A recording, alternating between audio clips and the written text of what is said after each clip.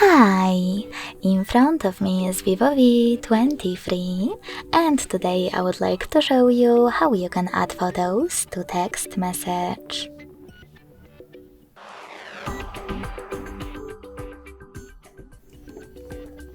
Begin by opening Messages app and selecting or creating a chat.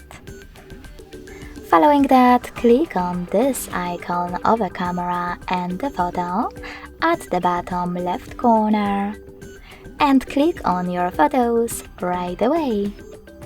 You can also tap on Gallery, tap on them over here and select Add at the top right corner, or click on Gallery, select Folders at the top left corner and tap on your photos over here.